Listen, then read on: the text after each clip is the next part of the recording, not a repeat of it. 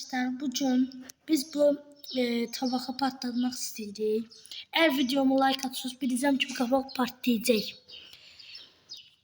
Ama abone olsanız bilin ki bu kapak patlamayacak. Ve şimdi videomuzu keser. Şimdi yandırıram. Sonuna yandırdım. Gidiyor. Çıdı salfetkeyle doldu ya.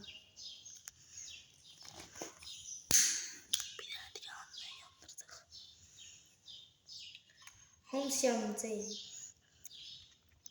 Revan değil yanımızda da revandı kardeşim. Dersi olur. Yanımızda da. Tam basayım değil.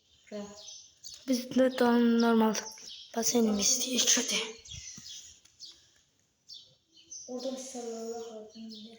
Orada böyle pis bir şey. Ne harap oldu. Bakın ne ziyan oraya. Ocak kalmışsın. Ana teyze buraya dikkat.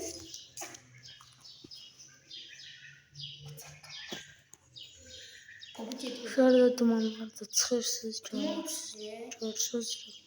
Video Ben şurada da var. Ben tarafa çıkıyorum. Devam burada ya.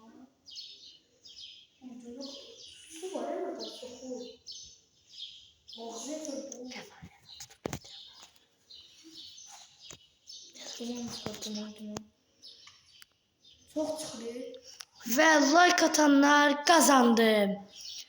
Yani patlamır. Like atanlar kazandı.